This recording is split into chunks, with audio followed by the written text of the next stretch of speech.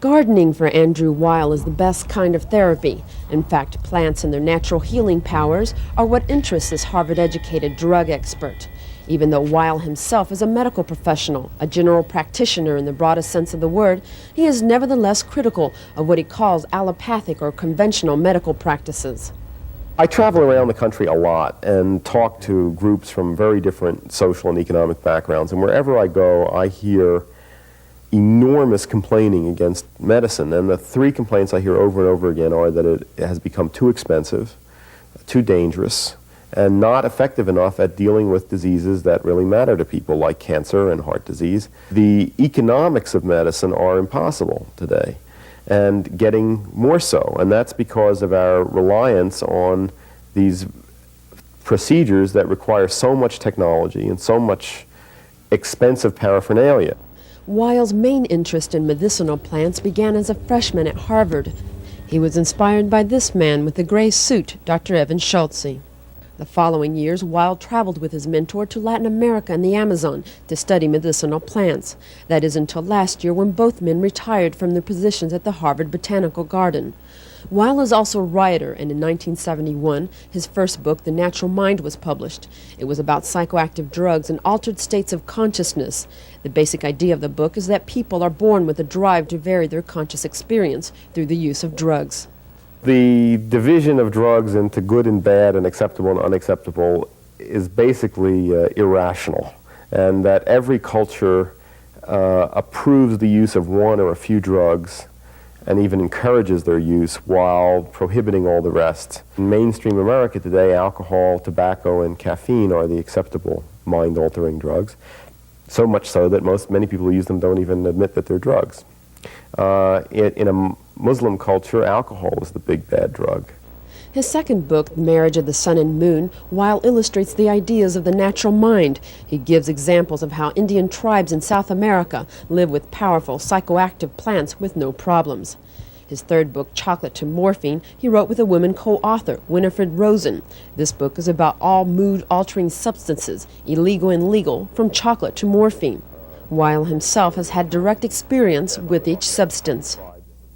And I say very freely, I have tried every drug mentioned in that book, and I would not feel qualified to present information on it if I hadn't. There are many things that I haven't come back for a second try on. But, I wouldn't consider myself qualified to talk about any drug that I hadn't tried myself, because that's one way of learning. That's a very important way of learning about effects of drugs. His last and favorite book, called Health and Healing, is about what health is and the relationship to medical treatments. This book includes a review of different systems of medicine, and it winds up with a look at the interaction between the mind and body. Already, I have begun to notice in the past year or two, especially among cardiologists and other kinds of thoughtful doctors, a lot of questioning as to what the efficacy of coronary bypass surgery really is. It doesn't look as effective as it did when it was first being done, and that's because it's belief in them that is making them work, and the belief is in the novelty of a new procedure. And as that wears off, we see the direct effect of the treatment, which often isn't very impressive. With so much concern over cancer and AIDS, diseases that attack the immune system, Weil is currently looking for natural substances that may have the property to stimulate immunity. Weil is particularly interested in mushrooms used in the Orient that seem to have antiviral and anti-cancer effects. An example of an area of concern is the cancer establishment, which has a great deal of investment in continuing the way it's doing things, that is, in using treatments like surgery, chemotherapy, and radiation, which clearly are not the ways to treat cancer. The way to deal with cancer is to wake up the immune system and find out why it is not dealing with that tissue that doesn't belong there. The other way to deal with cancer is to prevent it.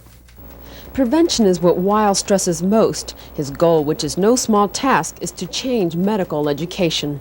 Eventually, I'd like to help in setting up new kinds of clinics in which people from lots of different healing traditions could practice under the same roof, from Indian shamans to homeopaths and osteopaths and regular medical doctors and people that have nutritional backgrounds. I think it would be very useful to have that kind of interdisciplinary approach. This summer, Weil's lecturing and research circuit will take him to British Columbia, Colorado, and India. By September, he will return to the U of A to continue his teaching. But it is the search for medicinal cures and treatment that remains his lifelong ambition.